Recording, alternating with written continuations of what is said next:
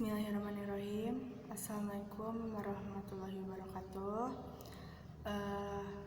Terima kasih anak-anakku kelas 12. Kali ini kita diberi kesempatan untuk bertemu hanya di dalam daring atau online saja dalam materi pendidikan kewarganegaraan. Tapi nggak apa-apa, jangan putuskan semangat kita untuk terus tetap belajar. Oke, di sini PKN bab 1, Ibu akan menjelaskan materi yang pertama, yaitu mengenai kasus pelanggaran hak dan pengingkaran kewajiban.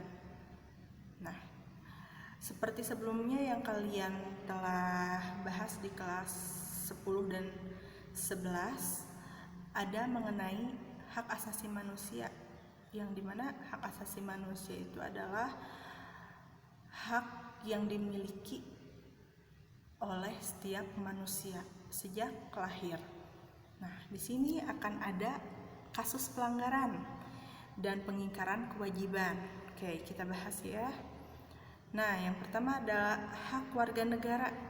Hak warga negara itu, hak itu adalah sesuatu yang seharusnya dimiliki oleh setiap warga negara sesuai dengan ketentuan yang berlaku. Kemudian hak warga negara itu ada juga pasalnya. Ada pasal 27 ayat 1, pasal 28, kemudian pasal 29 ayat 2 dan pasal 30 ayat 1.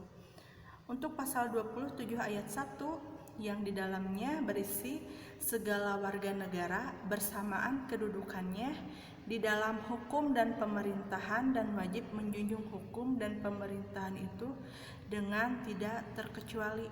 Jadi kalian di sini harus mematuhi segala hukum yang berlaku yang sesuai dengan pasal 27 ayat 1. Dan tidak boleh kalian melanggarnya, karena kalau kalian melanggarnya sendiri, kalian nanti akan dikenakan hukuman sesuai dengan pasal 27 ayat 1 Undang-Undang 1945. Kemudian adapun pasal 28. Nah, pasal 28 ini berisi mengenai kemerdekaan berserikat dan berkumpul, mengeluarkan pikiran secara lisan dan tulisan ditetapkan dengan undang-undang. Jadi kalian bebas untuk berkumpul dengan siapa aja, bergaul dengan siapa saja, asal ada batas-batasannya, tidak melanggar Undang-Undang Dasar 1945, mau lisan ataupun tulisan. Yang selanjutnya adalah pasal 29 ayat 2, di mana negara menjamin kemerdekaan tiap-tiap penduduk untuk memeluk agamanya masing-masing dan beribadat menurut agamanya dan keyakinannya itu. Jadi di dalam di Indonesia itu kita kan terdiri dari berbagai macam suku, ras, dan agama. Salah satunya agama, di mana agama itu adalah hak setiap orang bebas untuk memilihnya. Kita tidak bisa memaksakan kehendak untuk orang lain agar mengikuti agama kita. Jadi itu sejak lahir ada di dalam diri manusia, atau enggak dari pas lahir ketika orang tuanya memberikan dia agama A misalkan atau agama B, kita tidak boleh mengganggu-gugat agama tersebut karena sudah lahir dari lahir gitu ya. Kemudian ada pasal 30 ayat 1, di mana tiap-tiap warga negara berhak dan wajib ikut serta dalam usaha perlahan dan keamanan negara. Jadi dalam pasal 30 ayat 1 ini, kita semua warga negara tanpa terkecuali harus ikut serta dalam menjamin negara dalam keamanan, dalam pertahanan. Kita harus ikut serta. Tidak boleh, Bu, udah saya mah anak ini atau anak itu. Semuanya di mata negara, semuanya adalah sama. Oke.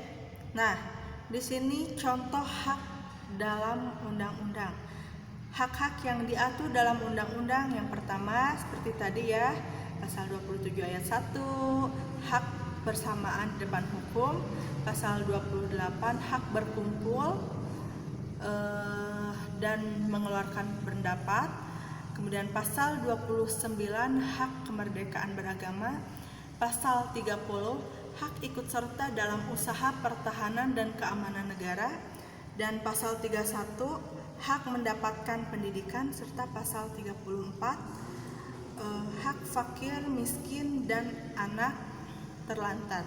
Jadi semuanya sudah diatur dalam Undang-Undang 1945. Ini yang tadi pasal-pasal yang tadi, kewajibannya berhak, wajib, ikut serta, berupaya pembela negara ya, sama seperti yang slide sebelumnya. Nah, di sini ada contoh kewajiban warga negara dalam Undang-Undang 1945. Yang pertama ada pasal 27 ayat 1, yaitu kewajiban menjunjung tinggi hukum dan pemerintahan. Nah, kalian ada contohnya nih, lagi di lampu merah. Kalian harus menuruti atau mentaati segala peraturan yang pemerintah buat. Ketika lampu merah, apakah kita harus berhenti atau jalan terus? Nah, itu semua sudah ada rambu-rambunya. Ketika ada lampu merah harus berhenti, kita harus berhenti. Lampu hijau harus jalan, ya harus jalan. Jangan lampu merah terus jalan terus. Makanya nanti akan kena sanksi gitu. Pasal 27 ayat 1-nya kewajiban membela negara. Kalian berhak ikut serta untuk membela negara. Seperti pada pasal 30 ayat 1, ikut serta dalam usaha pertahanan dan keamanan negara. Bukan seolah-olah kalian harus ikut perang, tapi gimana caranya kita untuk tetap mempertahankan kemerdekaan Republik Indonesia. Kemudian ada pasal 31 ayat 1, yaitu mengikuti pendidikan dasar. Pendidikan dasar itu diwajibkan sekarang tuh 12 tahun ya.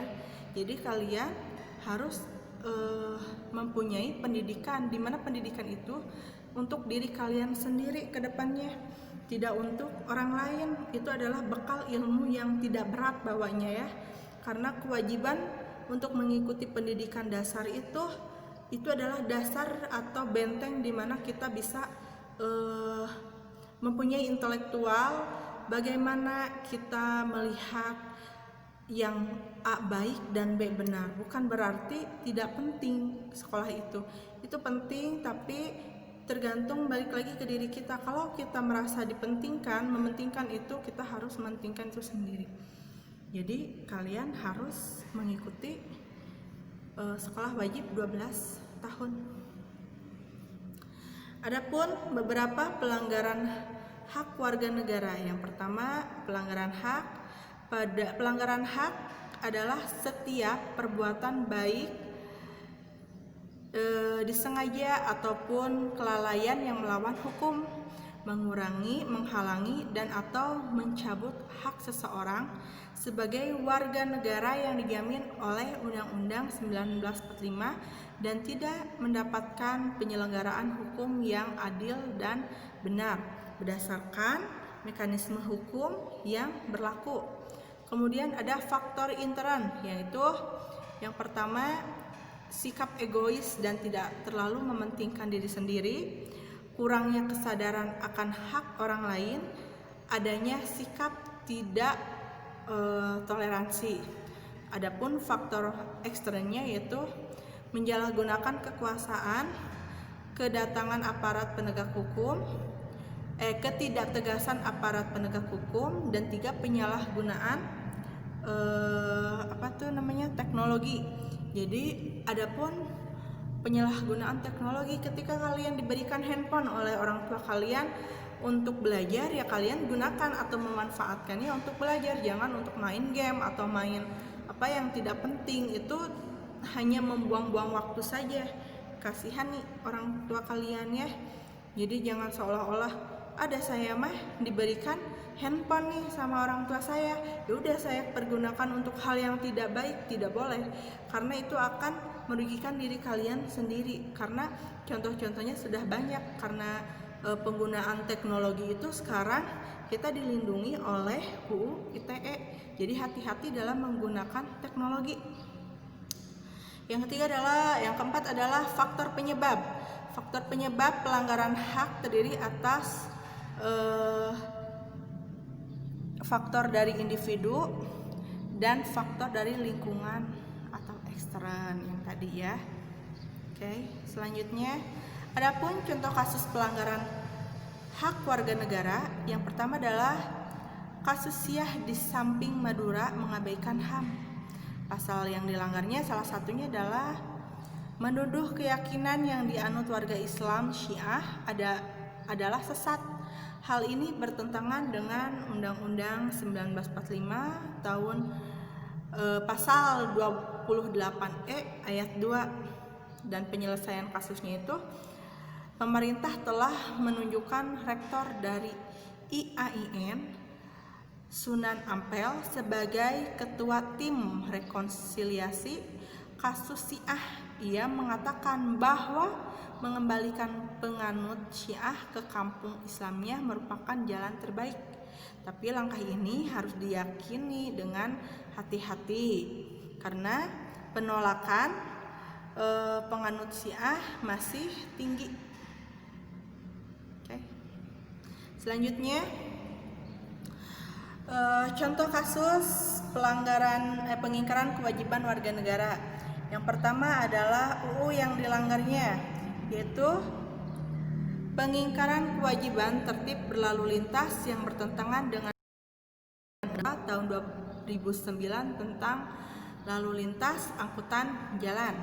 Penyelesaian kasusnya yang pertama ini kita bisa lihat gambarnya di samping ya. Penyelesaian kasusnya itu dalam kasus kecelakaan yang terjadi di Tongas, penyidikan tetap dilakukan sesuai prosedur, tetapi penyidikan tidak dapat dilakukan dengan tuntas karena sopir pick up tersangka telah meninggal. Jadi tidak bisa diproses secara tuntas karena saksi yang diperlukannya itu, saksi utamanya yaitu supir truknya emang sudah meninggal. Jadi penyelesaian kasusnya bisa diberhentikan dengan catatan mungkin ada suatu syarat tertentu. Oke, terima kasih. Mungkin